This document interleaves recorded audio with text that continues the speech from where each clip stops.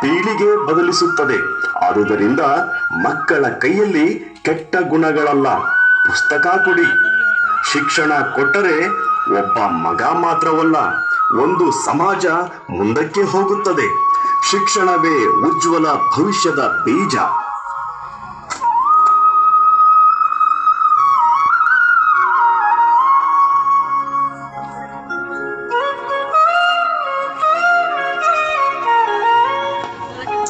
ಅಷ್ಟರಲ್ಲಿ ಕತೆ ಒಂದು ಹೊಸ ದಿಕ್ಕು ಪಡೆದುಕೊಳ್ಳುತ್ತದೆ.